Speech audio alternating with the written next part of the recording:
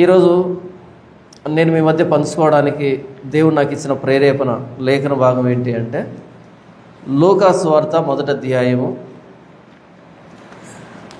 5వ వచనం నుంచి 25వ వచనం వరకు ఉన్నటువంటి లేఖన భాగాన్ని మనకు తెలిసినటువంటి లేఖన భాగం ఇది. దీన్ని మనం మరొకసారి జ్ఞాపకానికి తెచ్చుకుందాం.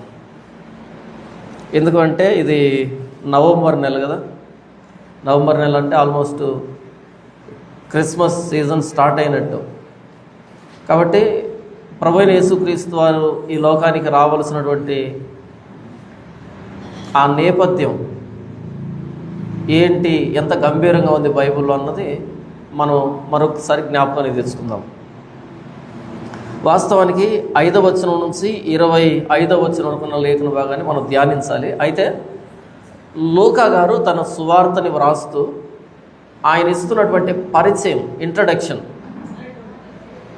1వ వచనం నుంచి 4వ వచనం వరకు. ఈ 1వ వచనం నుంచి 4వ వచనం వరకు మనకు అర్థం కావాలి అంటే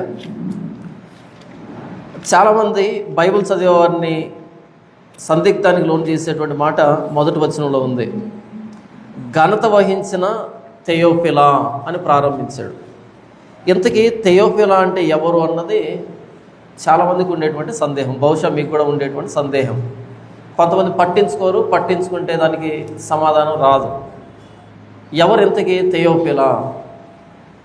మత్తయి గారు, మార్కు గారు వ్రాసినట్టుగా లూకా గారు వ్రాయలేరు. థెయోఫిలా అనే వ్యక్తితో ప్రారంభించాడు. ఆయన ఎవరో మనకు తెలియాలి అంటే అపోస్తలుల కార్యములు 23వ అధ్యాయము 26వ వచనం, మహాఘనత వహించిన అధిపతి అయిన ఫేలిక్స్కు క్లౌదియ లూసియ వందనములు. అపోస్తలుల కార్యములను వ్రాసింది ఎవరు? లూకా గారే వ్రాసారు. నా మాట స్పష్టంగా వినపడుతుందా? అపోస్తలుల కార్యములు వ్రాసింది లూకా గారు, లూకా సువార్త వ్రాసింది లూకా గారే. 26వ అధ్యాయము అపోస్తలుల కార్యములు 25వ వచనం, అందుకు పౌలు ఇట్లా నేను మహాఘనత వహించిన ఫేస్తు. మనం 23లో కానీ 26లో కానీ ఘనత వహించిన అని తర్వాత ఒక వ్యక్తిని ప్రస్తావిస్తున్నాడు, ఆనాటి రాజుని. ఇప్పుడు లూకా సువార్త 1వ అధ్యాయం 1వ వచనంలో ఘనత వహించిన థెయోఫిలా.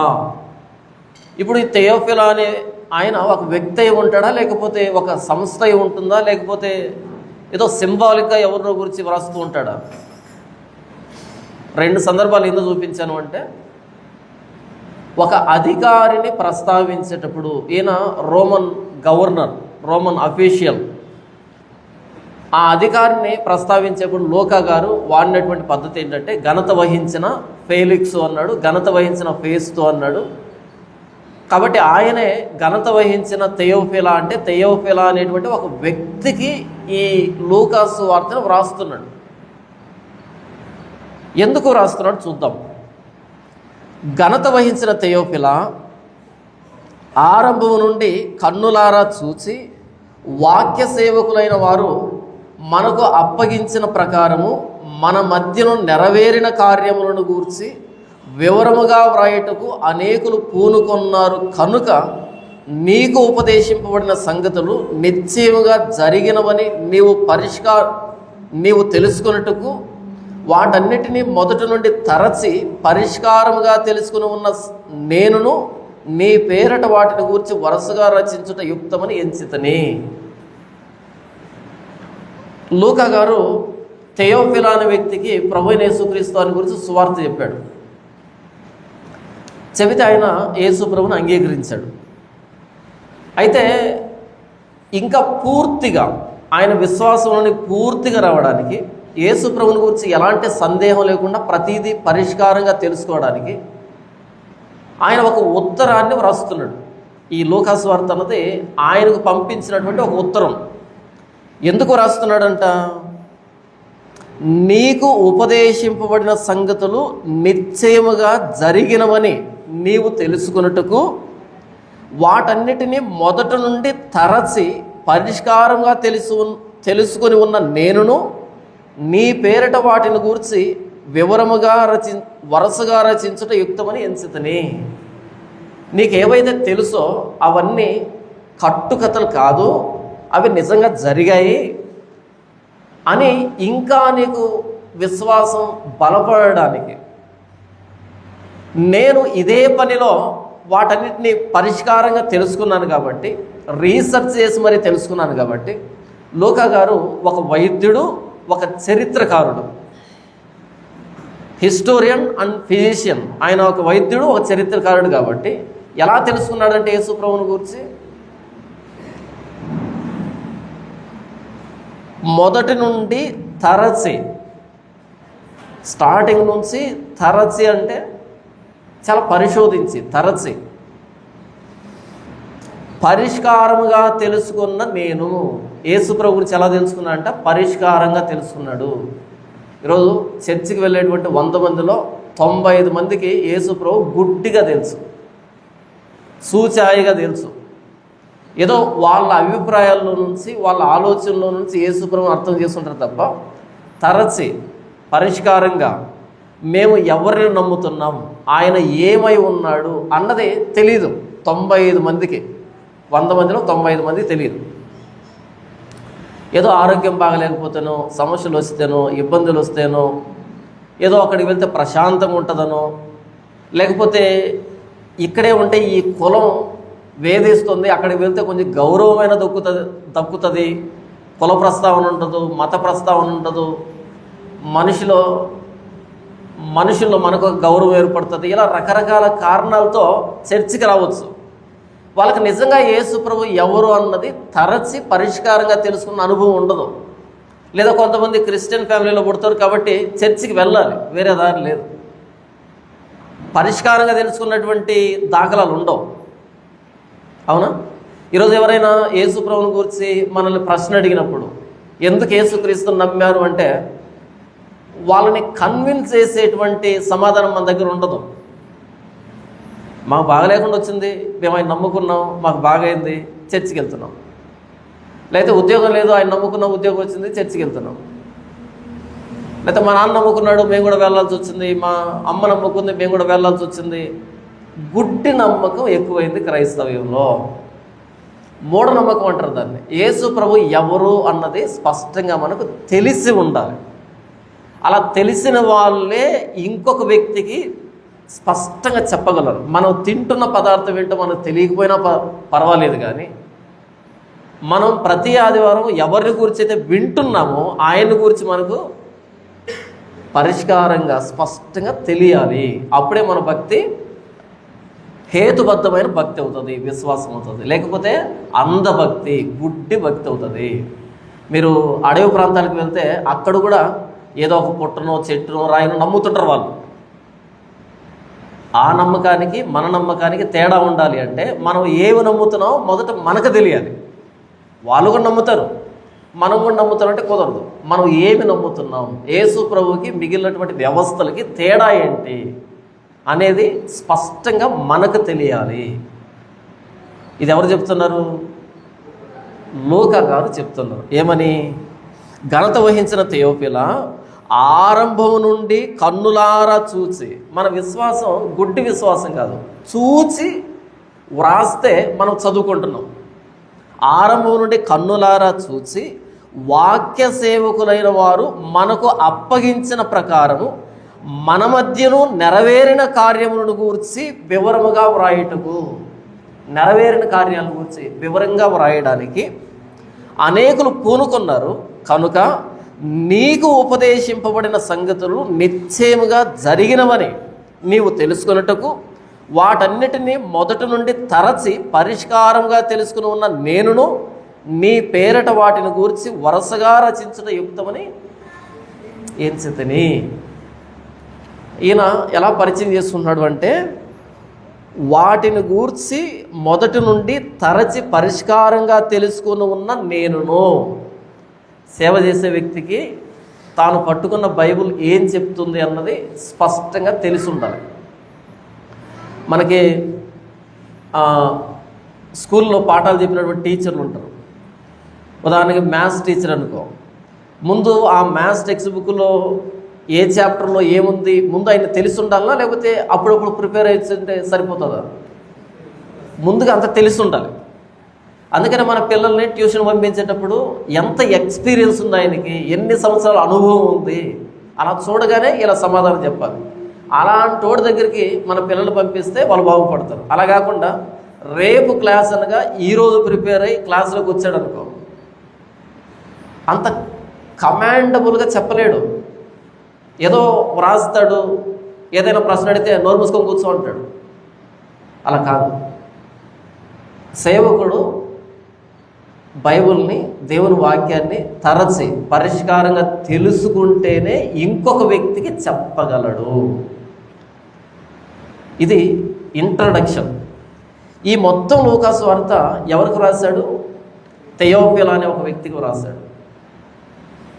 అంటే ఒక వ్యక్తి కోసం ఇంత విషయాన్ని వ్రాయొచ్చా? ఒక వ్యక్తి కోసం, ఆ వ్యక్తికి ఉపదేశించబడినటువంటి వాక్యం నిజం, అది కల్పితం కాదు అని ఒప్పించడానికి తాను రీసెర్చ్ చేసి దానిని ఇంత విషయాన్ని వ్రాయొచ్చా? ఎవరైనా బజార్లో కనిపించి మాట్లాడారనుకో, యేసు ప్రభు గురించి 4 ముక్కలు చెప్పుంటే మనం ఏమంటాం? 2 ముక్కలు చెప్పి నాకు పని ఉంది అని అంటాం, అవునా? లేదు. ఒక వ్యక్తికి యేసు ప్రభు అర్థం కావాలి అంటే ఎంత దూరమైనా వెళ్ళొచ్చు అనే దానికి లూకాసు వార్త ఉదాహరణ. మనకేం పని ఉంది? ఈ పనే కదా. యేసు ప్రభుని గురించి ఒక వ్యక్తికి మనం చెప్పడానికి ఎంత దూరమైనా వెళ్ళొచ్చు, ఎంతైనా ఎక్స్ప్లెయిన్ చేయొచ్చు, ఎంతైనా చదవచ్చు అనే దానికి లూకాసు వార్త బెస్ట్ ఎగ్జాంపుల్. ఇంతవరకు ఇంట్రడక్షన్ అయిపోయింది. ఎందుకు ఈయన ఈ సువార్త రాస్తున్నాడు అనే దానికి. ఎందుకు రాస్తున్నాడు? థెయోఫిలా అనే వ్యక్తికి ఉపదేశించాడు, ఇంకా తృప్తి అనిపించలే, పూర్తిగా చెప్పాను అని అనిపించలే, ఇంకా చెప్పాలనిపించింది. ఎక్కడి నుంచి చెప్పాలనిపించింది? స్టార్టింగ్ నుంచి చెప్పాలనిపించింది. ఎలా చెప్పాలనిపించింది? రీసెర్చ్ ఓరియంటెడ్గా చెప్పాలనిపించింది. ఎక్కడ కూడా మనసులో ఇది అవునో కాదో అనే సందిగ్ధం ఉండకూడదు, జరిగింది అని స్థిరపరచబడాలి, అలా చెప్పాలనిపించింది. అందుకు స్టార్ట్ చేశాడు ఇది. ఎందుకు యేసుప్రభుని నమ్ముకున్నారంటే అవతల వ్యక్తి అలిసిపోవాలి, మనం అలిసిపోకూడదు. ఎందుకు యేసుక్రీస్తు నమ్ముకున్నారనే ప్రశ్న వస్తే అలిసిపోవాల్సింది ఎవరు? అవతల వ్యక్తి అలిసిపోవాలి. మనం అలిసిపోవచ్చా? అలిసిపోకూడదు. ఎప్పుడు అలిసిపోవు? సబ్జెక్ట్ ఉంటే, మనం పరిష్కారంగా తెలుసుకుని ఉంటే దాని గురించి చెప్పగలం. మన దగ్గర లేదనుకో చెప్పలేము. ఎందుకు ఇంత చెప్పాను? యేసు ప్రభు గురించి అలా తెలుసుకోవాలి అని చెప్తున్నాడు లూకా గారు. ఇప్పుడు ఇంతవరకు పరిచయం అయిపోయి ఇక స్టార్ట్ చేస్తున్నాడు చెప్పడానికి. ఎక్కడి స్టార్ట్ చేశాడు చూద్దాం. 5వ వచనం. యూదయ దేశపు రాజైన హేరోదు దినములలో అబియా తరగతిలో ఉన్న జకర్యా అను ఒక యాజకుడు ఉండెను. అతని భార్య అహరోను కుమార్తెలలో ఒకతే. ఆమె పేరు ఎలిజబెతు. వీరిద్దరూ ప్రభు యొక్క సకలమైన ఆజ్ఞల చొప్పునను న్యాయ విధుల చొప్పునను నిరపరాధులుగా నడుచుకొనుచు దేవుని దృష్టికి నీతిమంతులై ఉండరి. ఎలిజబెతు గొడ్రాలైనందున వారికి పిల్లలు లేకపోయేది, మరియు వారిద్దరూ బహుకాలము గడిచిన వృద్ధులైరి. ఎక్కడి నుంచి ప్రారంభించాడు? బాప్తిస్మిచ్చి యోహాను పుట్టక ముందు నుంచి ప్రారంభిస్తున్నాడు. బాప్తిస్మిచ్చి యోహాను ఏ పరిస్థితుల్లో పుడతాడని ప్రవచించబడ్డాడో చెబుతున్నాడు. కానీ మీరు మత్తయి సువార్తలో ఈ సమాచారాన్ని చూడరు, మార్క్స్ వార్తలో చూడరు, యోహాను సువార్తలో చూడరు. అక్కడ బాప్తిస్మిచ్చి యోహాను నేరుగా కనబడతాడు, బాప్తిస్మిస్తూ కనపడతాడు, ప్రకటిస్తూ కనపడతాడు. ఇక్కడ చరిత్రకారుడైన లూకా తాను విశ్లేషణగా తెలుసుకున్నాడు కదా, పరిష్కారంగా తెలుసుకున్నాడు కదా, మొదటి నుంచి జరిగిన విషయాలు తెలుసుకున్నాడు కదా.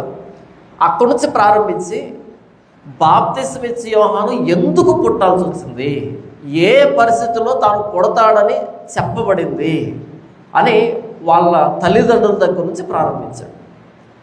అక్కడ ఆయన అంటున్నాడు, యూదయ దేశపు రాజు అయిన హేరోదు దినముల్లో.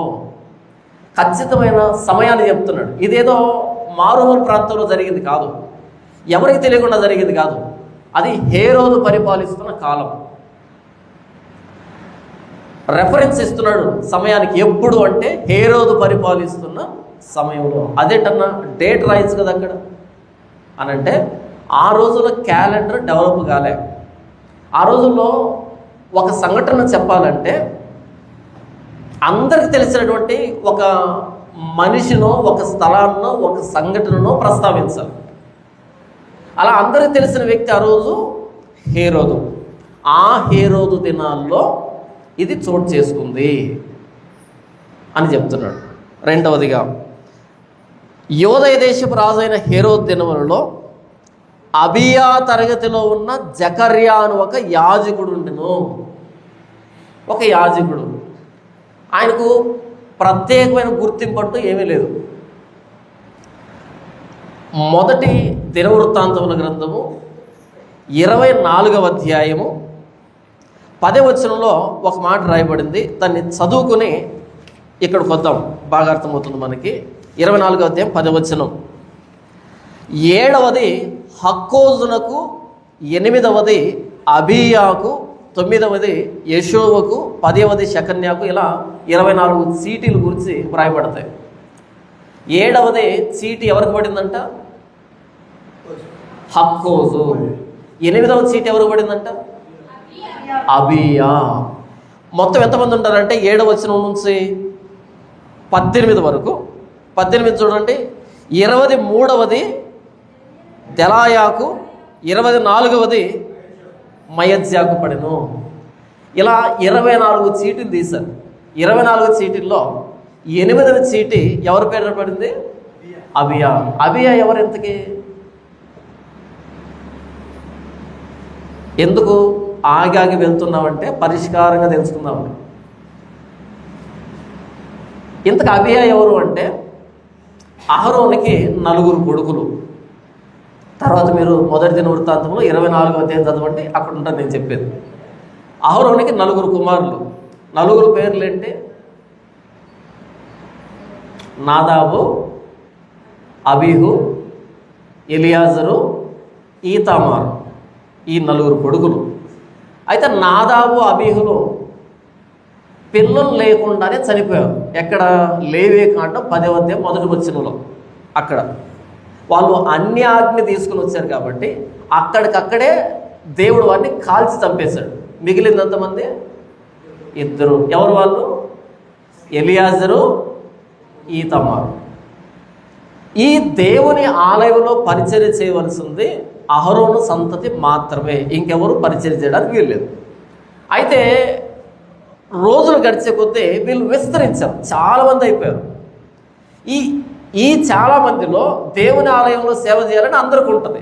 నేను చేయాలి, నేను చేయాలి, నేను చేయాలి. గొడవలు ఏర్పడవా? ఏర్పడతాయి. కొంతమంది మేము చెయ్యము అంటారు. చేయకుండా పోయేదానికి వీలు లేదు. ఎందుకంటే అహరోను వంశంలో పుట్టారు అంటే దేవుని ఆలయంలో పనిచేయాలి. కొంతమంది తప్పించుకునేదానికి వీలుంది. కొంతమంది అదే పనిలో మిగతా వాళ్ళని అణిచివేసేదానికి అవకాశం ఉంది. అలా గొడవలు తలెత్తుతాయి, నిర్లక్ష్యము ఏర్పడుతుంది. గొడవలు తలెత్తుతాయి, నిర్లక్ష్యం ఏర్పడుతుంది, ఆధిపత్య ధోరణి ఏర్పడుతుంది. మేము చేయాలి. దానికి రాజైన దావీదు ఏం చేశాడంటే, ఈ మొత్తం అహరోను సంతతిని అంతటిని 24 గ్రూపులుగా డివైడ్ చేశాడు. టీమ్స్గా 24 టీమ్స్గా డివైడ్ చేసి, ఒక్కో టీం సంవత్సరానికి ఎన్ని వారాలు? కన్ఫర్మేనా? సంవత్సరానికి 52 వారాలు. ఎన్ని టీములు వచ్చాయి? 24 టీములు వచ్చాయి. ఒక్కొక్క టీము సంవత్సరానికి 2 వారాలు సేవ చేయాలి. ఒక టీం. ఇప్పుడు అబియా అనే తరగతి ఉంది, ఆ టీం ఉంది కదా, వాళ్ళు సంవత్సరానికి 2 వారాలు సేవ చేయాలి. ఆ టీములో ఎంతమంది ఉంటే అంతమంది ఆ 2 వారాలు మొత్తం దేవాలయాన్ని తీసేసుకుంటారు. ఎవరు ఎక్కడ పనిచేయాలో వాళ్ళే డిసైడ్ అవుతారు. వాళ్ళ మీద ఒక నాయకుడు ఉంటాడు, అబియా అనే నాయకుడు ఉంటాడు. ఆ కింద ఉన్న వ్యక్తులకి పని పురమాయిస్తాడు. అలా అహరోను సంతతిలో ప్రతి వ్యక్తి దేవాలయంలో పని చేయడానికి, అందరికీ అవకాశం రావడానికి ఇలా 24 టీమ్స్ ఏర్పాటు చేశాడు రాజైన దావీదు. తెలివైన పనే కదా. అందులో 8వ తరగతి 8వ టీం ఏంటంటే అబియా అనే ఆ వ్యక్తి అధికారం కింద ఉండేది. ఆ వరుస, ఆ వరుసలో ఉన్నాడు జకర్యా అనేటువంటి వ్యక్తి. అంతకు మించిన పెద్ద ప్రాముఖ్యత అంటూ ఏమీ లేదు ఆ వ్యక్తికి, చెప్పుకోదగినటువంటిది ఏమీ లేదు.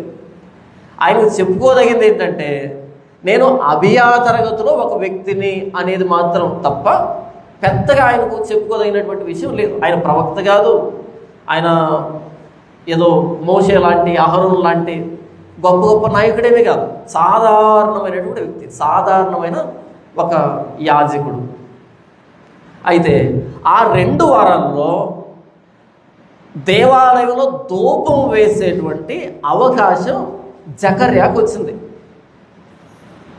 ఎప్పటి నుంచో వస్తుంది అది. ఆయన వయసులో ఉన్నప్పటి నుంచి 30 సంవత్సరాలప్పుడు యాజకుడిగా నియమించబడతారు.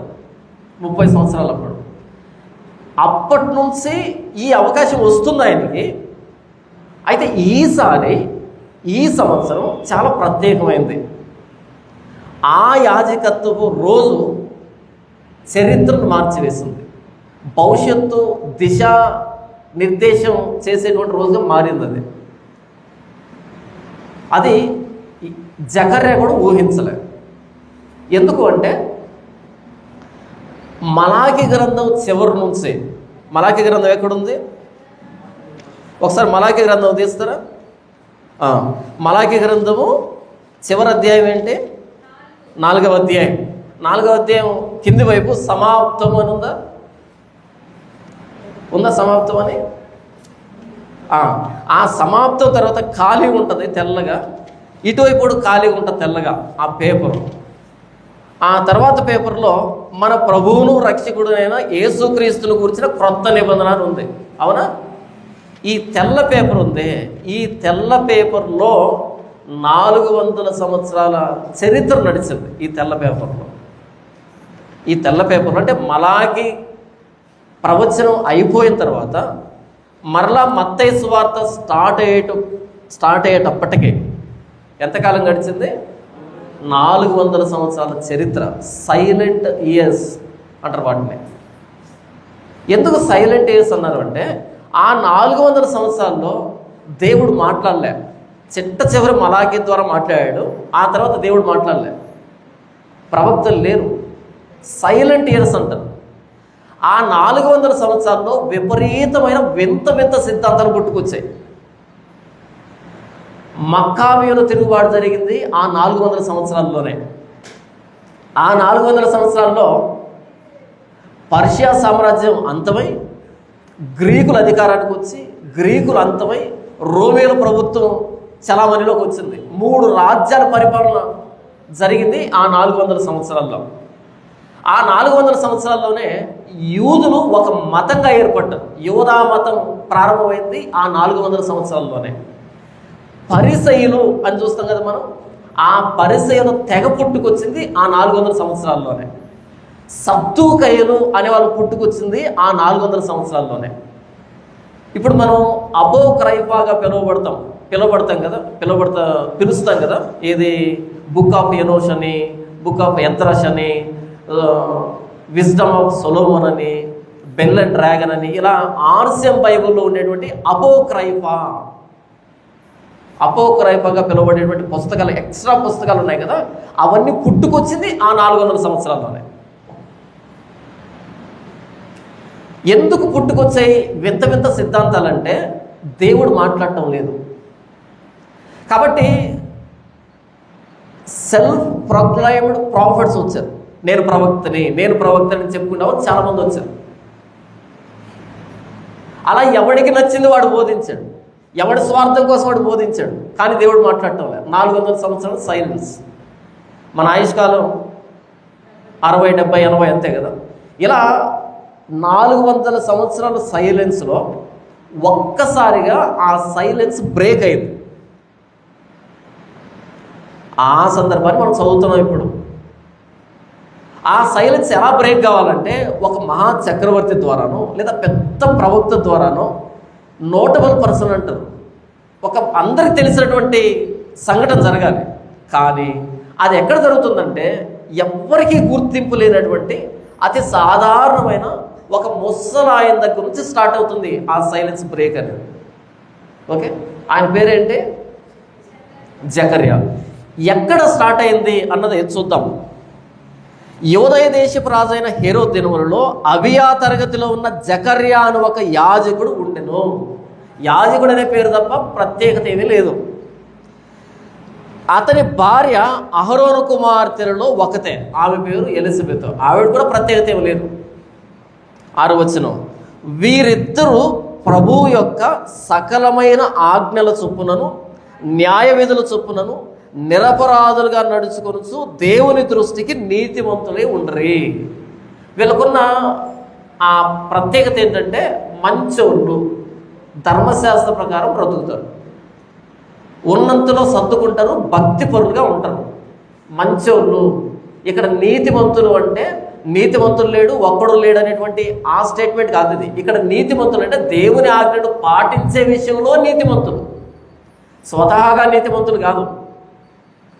ఉదాహరణకి మీరు ప్రతి ఆదివారం చర్చికి వస్తున్నారు అనుకో, ఇంకొక ఆవిడేమో 3 నెలలకు ఒకసారి చర్చికి వస్తారు. వీళ్ళిద్దరు ఎవరు మంచోళ్ళు పాస్టర్ దృష్టికి? ఎవరు భక్తిపరులు? ప్రతి ఆదివారం వచ్చేవాడ, 3 నెలలకు వచ్చేవాడ. ఈవిడంతా భక్తిపరురాలు కాదు. ఇంకొక ఆవిడ 6 నెలలకు ఒకసారి వస్తుంది, ఇంకొక ఆవిడ సంవత్సరానికి ఒకసారి వస్తుంది, క్రిస్మస్కి. ఇప్పుడు పాస్టర్ ఏమనుకుంటాడు? ప్రతి ఆదివారం వచ్చే ఆవిడ్ని దేవుడిలో చాలా బలంగా ఉంది, దేవుడు అంటే ఇష్టం, తనకి దేవుని వాక్యం అంటే ఇష్టం అనేటువంటి ఒక అభిప్రాయంలో ఉంటాడు. అవునా? ఇది కొంచెం పోయింది చూడు. ఓకే, అంటే ఎలా భక్తి పరులు, ఎలా మంచోళ్ళని డిసైడ్ చేశారు?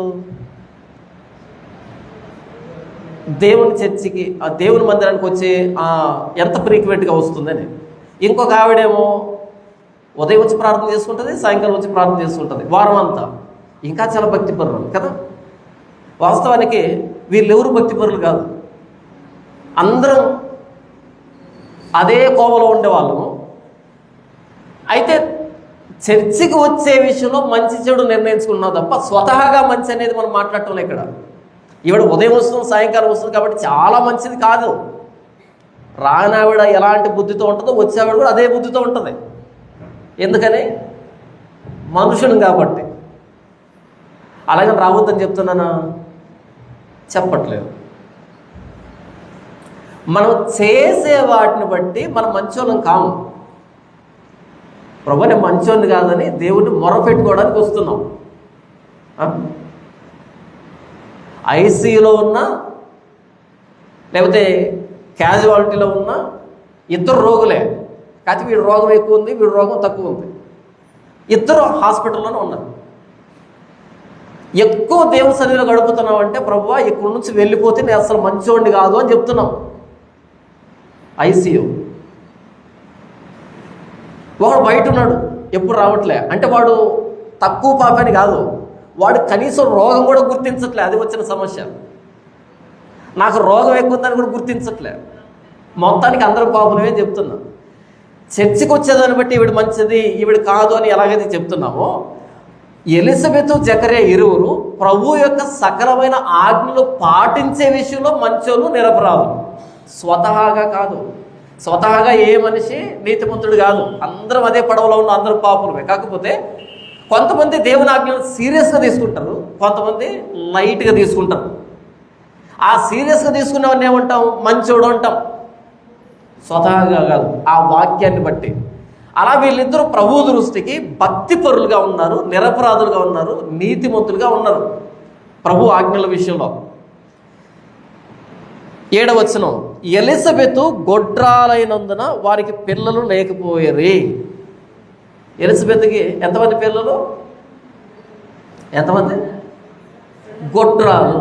ఏంటి భక్తిపరులకు కూడా ఈ స్థితి ఉంటుందా? వీళ్ళు పాపం చేసిన వాళ్ళు అయితే పిల్లలు లేరంటే ఎవరికి ఏ పాపం చేశారో ఆ పాపం తగిలింది అని మనం తృప్తి పడవచ్చు అనుకోని. అదేంటి భక్తిపరులు కూడా గొడ్రాలుగా ఉంటారా? పిల్లలు పుట్టరా వాళ్ళకి? మనిషిగా ఈ భూమి మీద జీవితాన్ని ప్రారంభించిన ప్రతి వ్యక్తి జీవితంలో ఏముంటుంది? ఎవడికి సంబంధించిన కష్టం వాడికి ఉంటుంది, ఎవరికి సంబంధించిన కష్టం వాళ్ళకు ఉంటుంది. ఎవరిని దేవుడు ఖాళీగా పెట్టడు. ఖాళీగా పెడితే నేల మీద తిరగం. మనం ఎక్కడ తిరుగుతాం? రెక్కలు లేకుండా పైకి తిరుగుతాం. కాబట్టి దేవుడు ఏం చేస్తాడంటే ఎవరికి సంబంధించిన ముళ్ళు వాడికి పెడతాడు, ఎవరికి సంబంధించిన కష్టం వాడికి పెడతాడు. నా ముళ్ళు నీకు లైట్గా అనిపిస్తుంది, నీదేముందన్న అనిపిస్తుంది, నీది నాకు అలాగే అనిపిస్తుంది, దాని దేవుడు పెద్ద విషయం అనిపిస్తుంది. ఒకటి కడుపు నిండా తిండి పెడతాడు, కానీ తినేదానికి అవకాశం ఉండదు. ఒకడికి విపరీతమైన ఆకలి పెడతాడు, తినేదానికి తిండి ఉండదు. దేవుడు సుఖాన్ని దుఃఖాన్ని ఎలా పెట్టాడంట? జతపరిచాడంట. సుఖం ఉంటుంది, దుఃఖం ఉంటుంది. అదేంటి జకర్యా ఎలిజబెతులు ఇద్దరు మంచోళ్ళు కదా, నీతిమంతులు కదా, నిరపరాధులు కదా, ప్రభు దృష్టికి గొప్పోళ్ళు కదా. అవును, కాదని ఎవరన్నారు? అంటే కష్టాలు రావద్దా? భక్తి పరులకి కష్టాలు రావాలా వద్దా? కష్టము అందరికి వస్తుంది, ఎవడి స్థాయిలో వాడికి ఉంటుంది అనేదానికి ఇక్కడ ఆగాం మనం. మనకున్న అపోహ ఏంటంటే కష్టం వచ్చిందంటే ఎక్కడో పాపం జరిగింది, మన కష్టం వచ్చిందంటే ఎక్కడో పాపం జరిగింది, ఎక్కడో తేడా జరిగింది. ప్రభు ఏం తక్కువైంది? ప్రభు అన్ని బాగానే చేస్తున్నాం కదా. మా మామ ఒక సామెత చెప్తూ ఉండే, తల ఉన్నంతకాలం జలుబు చేస్తుందంట, తల ఉన్నంతకాలం జలుబు చేస్తుందంట. జలుబు వద్దనుకుంటే ఏం చేయాలి? తల తీసేసుకుంటే సరిపోదు. బ్రతికున్నామంటే కష్టం ప్రతి దశలోనూ కనబడుతూ ఉంటుంది. జకర్యా ఎలిజబెతులు ఇద్దరు నీతిమంతులు, నిరపరాధులు, ప్రభు సకలమైన ఆజ్ఞల చొప్పున నడుస్తున్నారు. కానీ గొడ్రాలు. ఇప్పుడు చెప్పు, వాళ్ళిద్దరు ప్రార్థన చేసుకుంటారా? ప్రార్థన చేసుంటారా? మెడిసిన్స్ వాడుంటారా? ఇప్పుడున్నట్టు అలోపతి కాదు, ఏ వనమూలికలు ఏమో వాడుంటారా? ఖచ్చితంగా వాడుంటారు. పెద్దలు సలహా తీసుకుంటారా? తీసుకుంటారు. ప్రార్థన చేసుకుంటారా? చేసుకుంటారు. ఉపవాస ప్రార్థన చేస్తుంటారా? చేస్తుంటారు. ఓవర్ నైట్ ప్రేయర్ చేస్తుంటారా? చేస్తుంటారు. పక్కన వాళ్ళ దగ్గర ప్రార్థన చేయించుకుంటారా? చేయించుకుంటారు. పిల్లలు పుట్టారా? పుట్టలే. కానీ మనకు పుట్టాలి కదా. అలా కాదు, ప్రార్థన చేయడం దేవుడు మనకిచ్చిన హక్కు, అధికారం. చేద్దాం. ప్రతిఫలం ఇవ్వడం ఆయన ఇష్టం. డిమాండ్ చేయొద్దు. ప్రభు ఎందుకు ఇంకా వద్దు. ప్రార్థన చేయి, ఎడతెగక ప్రార్థించుడి. కంటిన్యూస్గా మీరు ప్రార్థన చేస్తూ ఉండండి. ఆయన ఇచ్చినా ఇవ్వకపోయినా ప్రార్థన అయితే చేస్తూ ఉండండి. ఇంకా ఎంతకాలం అది నీకు వద్దు. సమాధానం వచ్చిందా? దేవుని స్తోత్రం. రాలేదా? దేవుని స్తోత్రం. ప్రార్థన చేయడమే దేవుడు మనకి ఇచ్చిన భాగ్యం. సమాధానం ఆయన తన సమయంలో ఇస్తాడు, మన సమయంలో కాదు, మనం అనుకున్నప్పుడు కాదు. ఆయన తన సమయంలో సమాధానం ఇస్తాడు. మనం నీతిమంతులు అయితే, భక్తిపరులు అయితే దేవుని డిమాండ్ చేయకూడదు. ఈ మధ్య క్రైస్తవులకి 40 రోజులు ఉపవాస ప్రార్థనలు వచ్చాయి, 50 రోజులు ఉపవాస ప్రార్థనలు వచ్చాయి, 60, ఇప్పుడు 70 నడుస్తుంది. 70 రోజుల ఉపవాస ప్రార్థన. ఎందుకని? ఆదివారం ఒక్కరోజే కానుక సరిపోవట్లేదు కాబట్టి 70 రోజులు పెట్టుకున్నాం. ఉపవాస ప్రార్థన అంటే పైసా ఖర్చు ఉండదు, మంచి నీళ్ళు కూడా ఖర్చు ఉండదు. తిన్నా వరకు తాగే వరకు భక్తి కాదు కాబట్టి చచ్చినట్టు తినకుండా తాకుండా రావాలి. కానీ కానుక పెట్టుంటా సుమా, కానీ కానుక పెట్టుంటుంది. తినద్దు, తాగొద్దు. ఇకపోతే ఉపవాస ప్రార్థనకు వచ్చే వాళ్ళంతా కష్టాల్లో ఉండేవాళ్ళు వస్తారు. వాళ్ళకుండే మెంటాలిటీ ఏంటంటే దేవుడికి మనం ఎంత ఇస్తే అంత తొందరగా రెస్పాండ్ అవుతాడు అనేటువంటి భ్రమలో ఉంటారు. దేవుడికి డబ్బు తక్కువ, ధాన్యం తక్కువ, కాబట్టి మనం ఎంత ఇస్తే అంత ఫేవరెటిజం చూపెడతాడు మనకి కదా. ఆ సెంటిమెంట్ని క్యాష్ చేసుకోవడానికి ఉపవాస ప్రార్థనలు వచ్చాయి. ప్రస్తుతానికి 70 నడుస్తుంది, 70 రోజుల ఉపవాస ప్రార్థన.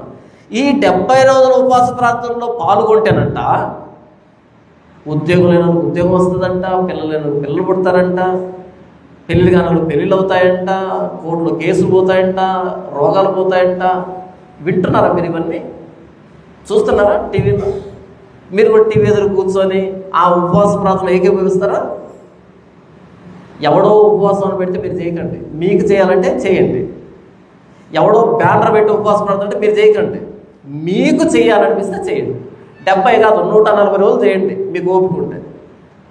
మీకు రాలేదా ప్రేరేపణ, ఫుల్గా తిని ప్రార్థన చేయండి, వింటాడు ఆయన.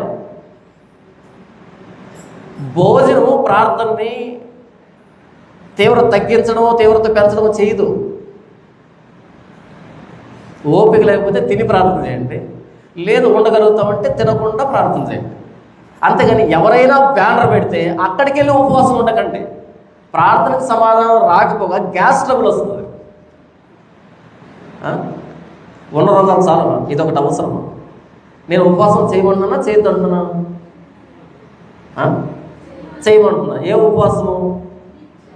మీకు చేయాలనిపిస్తుంది, మీకు ఆ భారం ఉంటే. ఇదంతా ఎందుకు చెప్పాను నేను?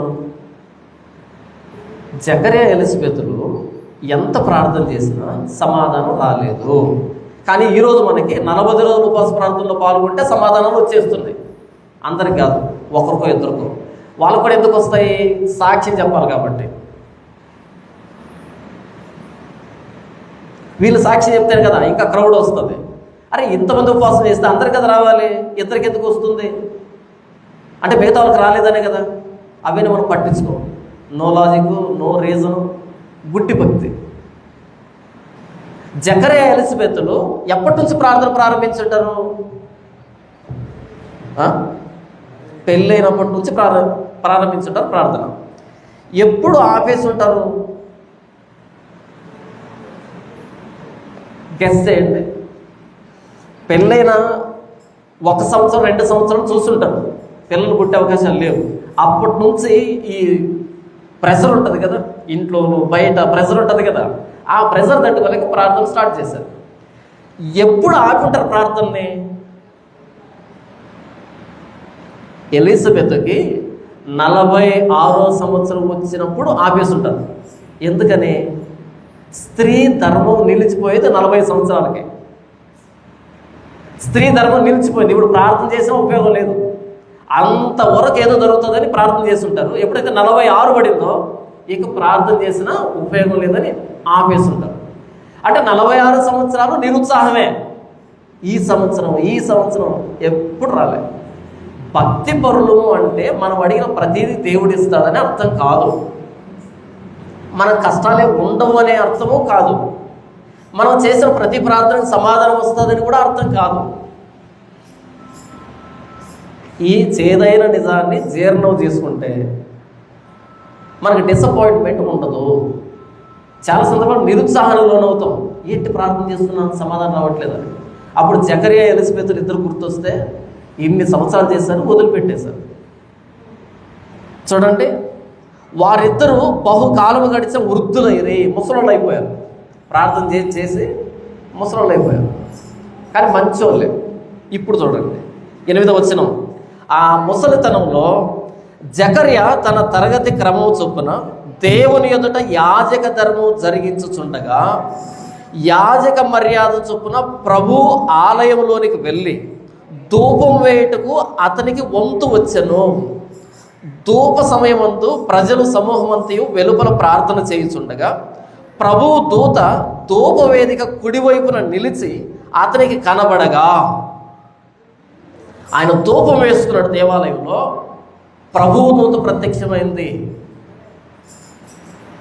400 సంవత్సరాల తర్వాత సైలెన్స్ బ్రేక్ అయింది. ఈ 400 సంవత్సరాల్లో ప్రవక్త లేడు, దర్శనం లేదు, కళ లేదు. అంతకుముందు ప్రవక్తలు ఏం చెప్పారో దానిని బట్టి నమ్మకంగా ఉండడమే తప్ప ఈ మధ్యలో వస్తున్న తప్పుడు సిద్ధాంతాలన్నింటినీ వాటిని ఎదిరిస్తూ ముందుకు వెళ్ళడమే తప్ప దేవుని ప్రత్యక్షత లేదు, ఏ దర్శనం లేదు. 400 సంవత్సరాల తర్వాత ఆ సైలెన్స్ బ్రేక్ అవుతూ దేవదూత కనిపించాడు దేవాలయంలో జకర్యా అనేటువంటి ఒక వృద్ధుడికి. ఎప్పుడైతే దేవదూతను చూచాడో 12వ వచనం, జకర్యా అతన్ని చూసి తొందరపడి భయపడిన వాడాయను. ఆ దేవదూతను చూడగానే టెన్షన్ పడ్డాడు, దాన్ని తొందరపడటం అంటారు. తొందరపడి భయపడిన వాడాయను, భయపడిపోయాడు. కానీ ఈరోజు మనం దేవునితో మాట్లాడుతుంటాం, దేవదూతలతో మాట్లాడుతుంటాం, ఏ భయం లేకుండా. నిజంగా దేవదూత కనిపిస్తే భయం, నిజంగా దర్శనం వస్తే భయపడిపోతాం. దానియేలుకు దర్శనం వస్తే మంచం పట్టాడు. అవును, దానియేలుకు దర్శనం వస్తే మంచం పట్టాడు, కొద్ది రోజులు రోగపీడితుడయ్యాడు. ఎందుకని? దేవదూతలు అంటే మనలాగా ఉండరు వాళ్ళు. వాళ్ళ ప్రభావం ఎదుట మనం నిలవబడినప్పుడు మన శక్తి పోతుంది, భయపడిపోతాం. మీరు బైబిల్లో చూడండి, దేవదూతలు ప్రత్యక్షమైన ప్రతిసారి భయపడ్డారు భక్తులు. కానీ మనకు మాత్రం దేవుడు రోజు కళ్ళు వస్తుంటాడు, రోజు మాట్లాడుతుంటాడు. దేని గురించి? దశభాగాన్ని గురించి. ఇంకా అందరు ఇవ్వట్లేదు, ఇప్పించుకోమని.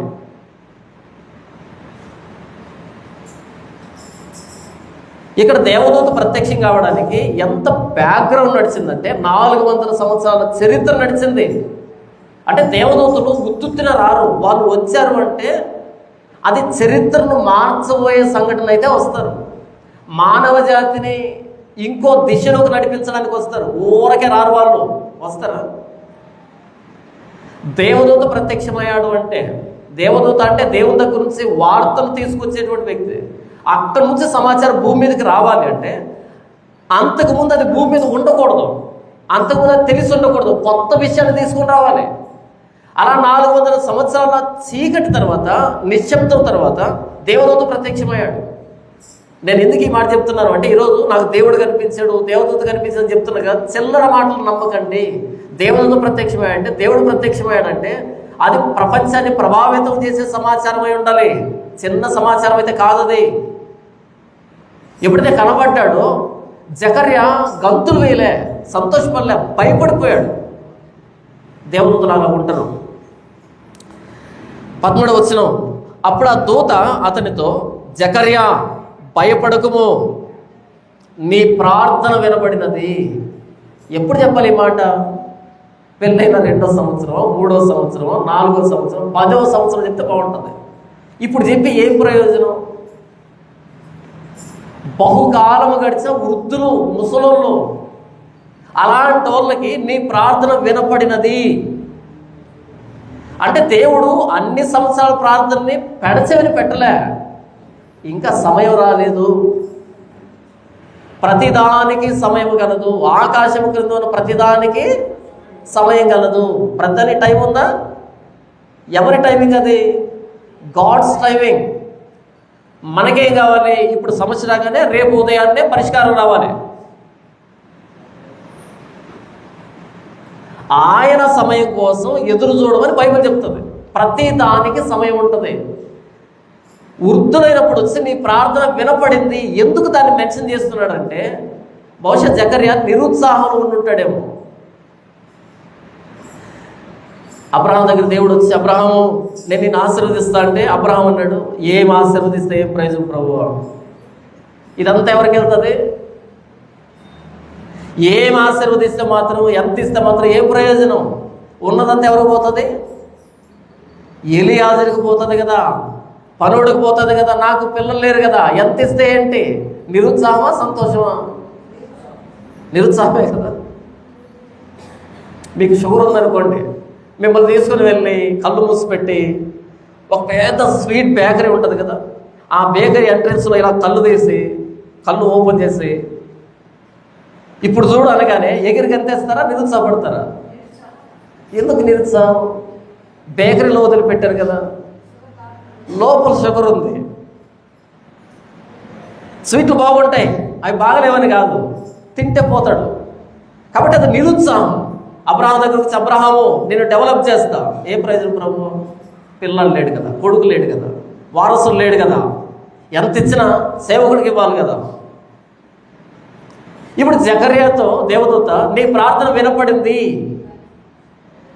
ఇప్పుడు వినపడితే ఏంటి, వినపడకపోతే ఏంటి? ఇది అసలు సమయం కాదే. దేవుడు ఎందుకు దాన్ని మెన్షన్ చేస్తున్నాడు అంటే జకర్యా నిరుత్సాహంలో పరిచయం చేస్తున్నాడు. తన వంతు కాబట్టి, తన ధర్మం కాబట్టి, తన బాధ్యత కాబట్టి చేస్తున్నాడు. వయసు అయిపోయింది, ముసలోడు అయిపోయాడు, వారసులు లేడు, అందుకు ధైర్యపరుస్తున్నాడు. నీ ప్రార్థన వినపడింది. ఆ మాట వినగానే ఒక్కసారి సంతోషం ఉప్పొంగి ఉంటుందా? అంటే మేము చేసిన ఏ ప్రార్థన మిస్ కాలే, ప్రతి ప్రార్థన దేవుడు విన్నాడు.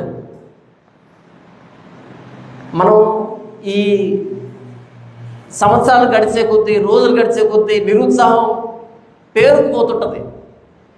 గుట్టలు గుట్టలుగా పైకి నవ్వుతుంటాం, పైకి ఏదో చేస్తుంటాం, కానీ నిరుత్సాహం అనేది అది ఉంటే బాగుంటుంది, అది ఉంటే బాగుంటుంది అని ఉంటుంది.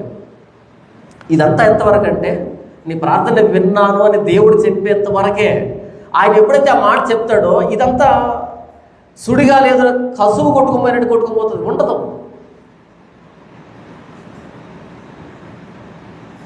మన జీవితంలో ఏదో ఒక నిరుత్సాహం ఉంటుంది, ఏదో ఒక వెళ్తుంటుంది, ఏదో ఒక లోపం ఉంటుంది. ఎందుకు దేవుడు దాన్ని చూడట్లేదు, ఎందుకు సమాధానం ఇవ్వట్లేదు అనే పరిస్థితి ఉంటుంది. అయితే ఒకరోజు వస్తుంది, నాకు తెలుసు అదంతా అని అంటాడు ఆయన. అప్పుడు పోతుంది, తెలుసా నీకు ఇదంతా. మనం ఏడ్చే ఏడుపులు కానీ, మనం మూలిగే మూలుగులు కానీ, మన నిరుత్సాహం కానీ ఎవరికి తెలియదు, మనం ఒక్కరే భరిస్తూ ఉంటాం. ఒకరోజు దేవుడు అంటాడు, అది పరిస్థితి ద్వారా కావచ్చు, మాట ద్వారా కావచ్చు, పరిష్కారం ద్వారా కావచ్చు, ఏదో ఒక విధానంలో నేను చూశాను. హిజ్కియా కన్నీళ్ళు విడవడం దేవుడు చూశాడా?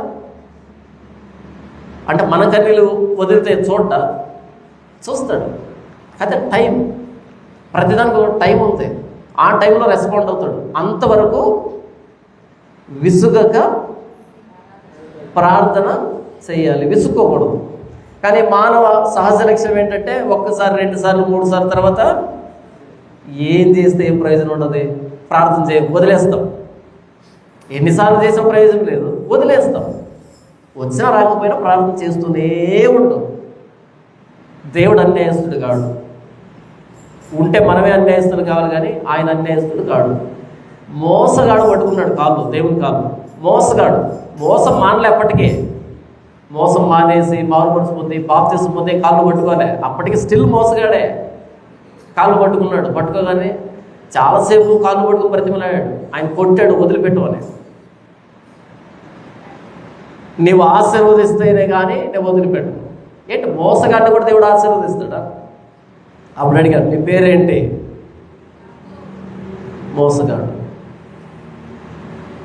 మోసగాడినే, కానీ నన్ను ఆశీర్వదించాల్సి ఉంది. వదిలిపెట్టకుండా అడిగి చూడు, ఖచ్చితంగా సమాధానం వస్తుంది. ఈ గ్యాప్లో తొడగూడు వసిలిపోవచ్చు, వదిలిపెట్టద్దు. ఆయన స్పందించట్లేదు, పట్టించుకోవట్లేదు, సైలెంట్గా ఉన్నాడు, వదిలిపెట్టేశాడు.